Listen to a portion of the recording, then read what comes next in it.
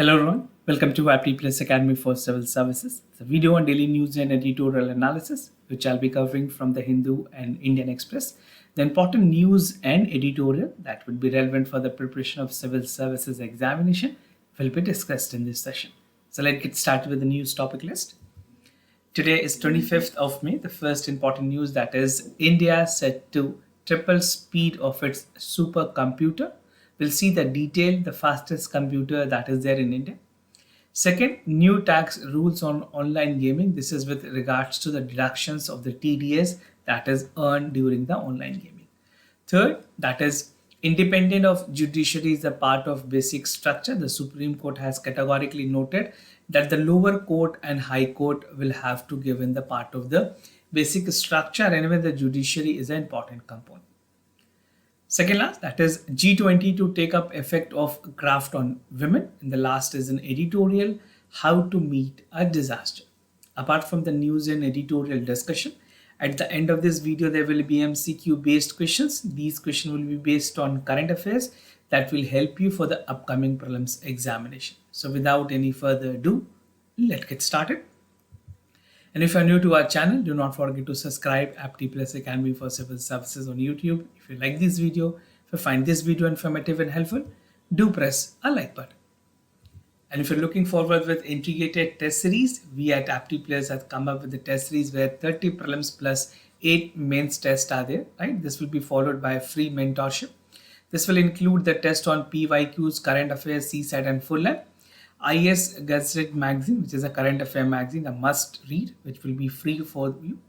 And the schedule for the test will be accordingly assigned by the disciplinary. This will help you to schedule your test as per your convenience. So for more details, do refer to the description section. यहाँ पे मैंने एक dedicated link दिया, आप वहाँ से course के details ले सकते हैं for the test series, and even you can enroll for that. Now the first news, that is India set to triple speed its fastest computer, something important for General Studies Paper 3, that is achievement of India in science and technology, Indianization of technology and development of new technology. So the Union Minister for Earth and Sciences has recently said that India is set to drastically scale the supercomputer powers to install a 18 petaflop system over the time. And just to remind you, recently there was changes in the Ministry of Earth Sciences. Mr. Kiran Rijiju, who was a former law minister, has become the Ministry of Earth and Sciences. This is important for all the aspirants who will be appearing for bank and other competitive examination, right? Now, the point that to be noted, कि current में India क्या petaflop कितनी use कर रही है, I'll tell you it's around 6.8, right? So just to give you the exact number, this is 6.8, right? Now, what is flops? It stands for floating point operations per second. This is again relevant for your various competitive examination. There is a direct full form which is asked. So flops stand for floating point operations per second. It's an indicator of processing speed of the computer, that how much petaflop refers to 1 trillion flops. This is the actual number. This is the actual calculation which goes for the supercomputer. Now processing power, such as the degree, greatly eases the part of the complex mathematical calculations, and among other things that is forecasted like weather and other part is taken care with the part of the supercomputer that is installed in India. Now India की जो most powerful computers हैं, if you see on that part, so currently India have a civilian supercomputer. The name is Pratyush and other is Mihir, right? So these are the capacity of 6.8 petaflops, which is installed at Indian Institute of Tropical, basically in Pune, at Indian Institute of Tropical Meteorology, and the other is at National Center for Medium Range Weather Forecasting in Noida. So these two are installed at the respective places. Now, they will made operations in 2018, where investment was there in 438 crore rupees, and both these organizations are affiliated by the Ministry of Earth Sciences. Now, the new one that government is looking forward to augment. So this supercomputers will be named, the name is not yet disclosed, but जो import होनी है वो France से होनी है. The brand, the company, the firm that is will be delivering is ATOS, right? So this is the information technical consultation services. They provide information technology services. They will be providing the part of assistance and input. The government of India has also signed the deals in 2018 with the France to procure the performance of the computer worth 4,500 crore rupees by 2025. And the new minister, the part of which is there, will likely to cost 900 crore rupees. The world most powerful computers की अगर बात करें, the fastest computer that is operating in the world is from the United States. The name of the computer is Frontier Cray System at Okinawa National Laboratory. This was have a peak speed of 1 hexaflop. 1 hexaflop means 1000 petaflops. You can see it's much higher than what India is actually having currently. Now there are top 10 system which is operating at the range of 400 petaflops to 60 petaflops. Now moving to the other news, that is new text rules for the online gaming, something important for general studies paper 2. That is the government policies and intervention for the development of various sectors and issues arising from its design and implementations.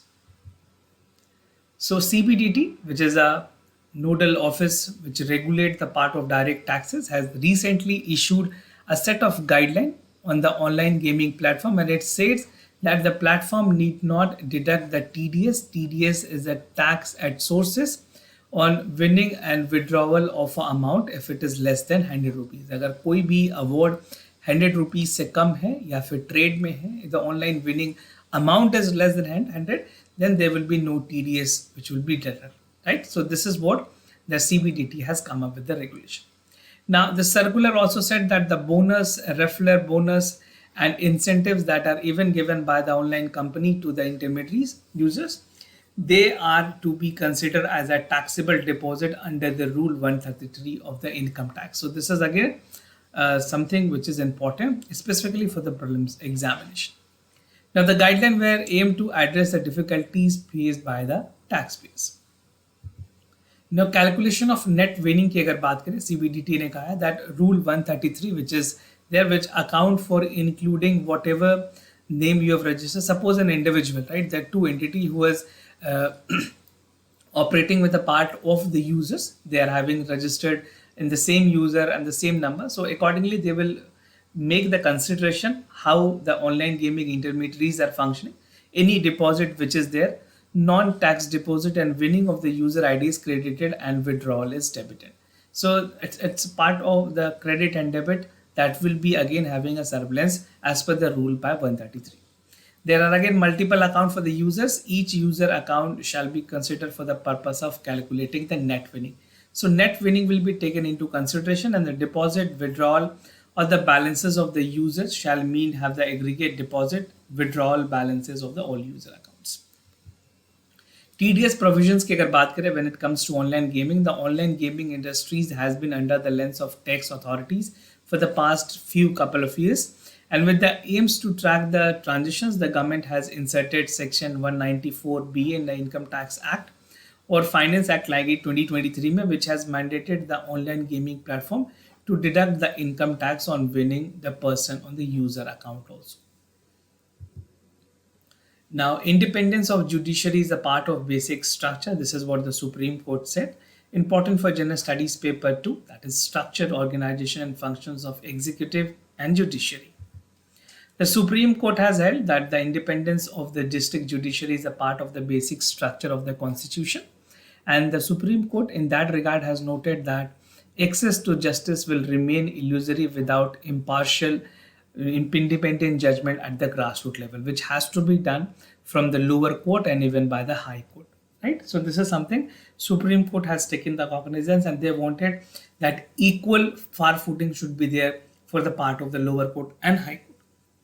Now the court said that the judicial independence from the executive and legislative require the judicial to have a say on the finance matter also. Why this was said? Because Supreme Court was hearing a PIL which was filed by the All India Judges Association to direct them, the district judiciary, for the payment of arrear, additional payment, gratuity and other retirement benefits. Now basic structure of constitutions की अगर बात करें, I think most of you must be aware of this, what actually constitute the part of basic structure. UPSC has asked question from this section also.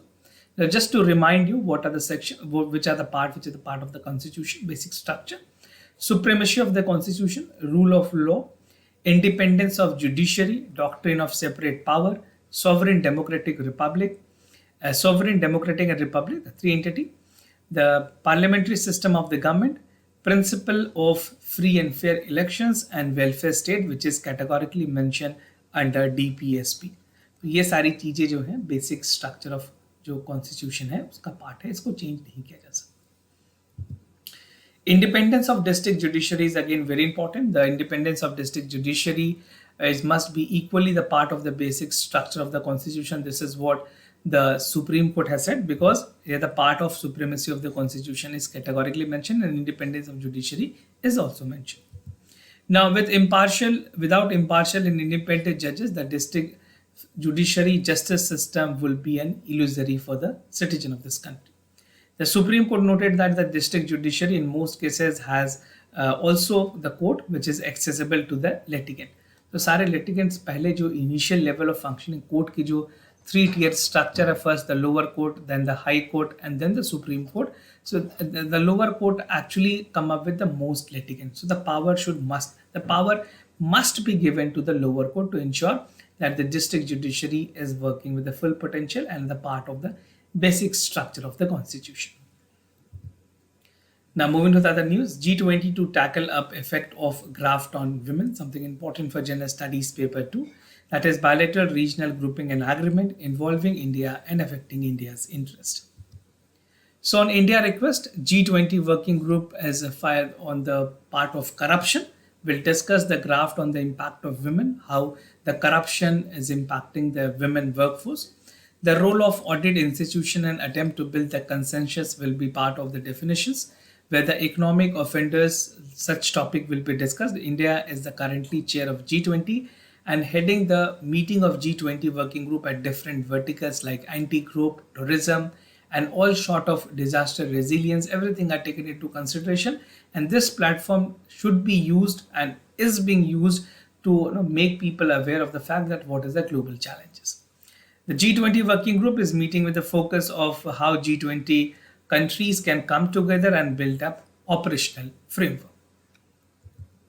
Now, experience sharing की अगर बात करें, the India has highlighted that its own experience where anti-corruptions and the efforts are there for the empowerment of women. India is organizing a unique event on exploring the G20 perspective on synchronizing the gender sensitivity and anti-corruption strategies on the sidelines of G20 anti-corruption working group meeting. Now, इस meeting में focus की जाएगी that how the other part can be augmented when it comes to the operational of framework of networking, sharing informations, preventing and creation of safe haven, and even the fugitive economic offender who are exploiting the part of rules and regulations. A unique step is taken towards India's priority to strengthen the fight against the corruption. Now moving to the editorial of the day, that is how to meet a disaster, something important for General Studies paper 3, that is conservation, environmental pollutions, degradation, and EI. This article is written by P.K. Mishra, who is the Special Secretary to the Prime Minister Office, actually to the Prime Minister. Now what I'll be discussing under this editorial, first talking about the theme. The theme and the focus is G20 and the roadmap for disaster risk mitigation. We'll see the part of measures for the disaster risk reductions, efforts by the working group of G20, roadmap and the broad theme, implementation of the Sendai framework and the way forward. So just to give you the background, अगर G20 की बात करें, total population G20 की 4.7 billion है. They have a large exposure to the risk assets concentration and vulnerability to the natural disaster is also high. Currently अगर बात करें World Risk Index के मुताबिक, out of 10, 4 countries are there which is at risk, and these countries are the part of G20 nations. The combined estimated annual losses for G20 alone would be 218 billion, which is equivalent to 9% of the average annual investment in infrastructure made by them. So these are some of the factual calculation which is mentioned. Now measures for disaster risk reductions की अगर बात करें, क्या क्या measures लेने की ज़रूरत है? Disaster risk is something which has a important role to play in the prevention of such losses. So we definitely need to have measures which put in place. Or disaster risk की अगर बात करें, can be achieved mainly by vulnerability. and exposure to risk through measures such as better economic and urban development, choices and practices, protections for environment, and the reductions of poverty and inequalities. Now, setting up of early warning system, undertaking the periodic risk assessment, construction, disaster resilience infrastructure are some of the important strategies that government must adopt. Now efforts by working group, अगर G20 के working group की बात करें, जो India में actual G20 की working group हो रही है, उसमें क्या क्या एफर्ट्स ली गई हैं, कुछ प्रायोरिटीज सेट की गई हैं, and India has categorically highlighted the part and importance of the disaster risk resilience and even disaster risk reductions की अगर बात करें, even just wanted to tell you, आगे मैं आपको बताऊंगा कोalition फॉर जो डिजास्टर रिडक्शन है उसकी भी बात करेंगे, but before that the priorities that has been outlined, first is to coverage of all early warning system, that is essential, focus on disaster and climate resilience infrastructure, improving finance framework and national disaster risk reductions, improving system and capabilities for response of the disaster, and applications of ecosystem based on approaches and disaster risk, right? So these are the efforts which has been taken care by the G20. Now, roadmap and broad theme. A second meeting of the Disaster Risk Reduction Working Group is held at Maharashtra, right? Now, this is an opportunity to focus on deliver on goal and disaster risk reduction. So, 5 broad framework की बात की गई है. This is what should be the broad theme for the government of India. First, we need to reimagine the financial disaster, because when it comes to disaster reduction, finance is something which is very important. Finance is a constraint, and financial requirement and even the government budget is something that need to be taken care of. कई ऐसी बार India ने global platforms पे finance की बात की है, and even you see the COP26 जहाँ पे लॉस एंड डैमेज फंड बनाई गई है, that is something very important.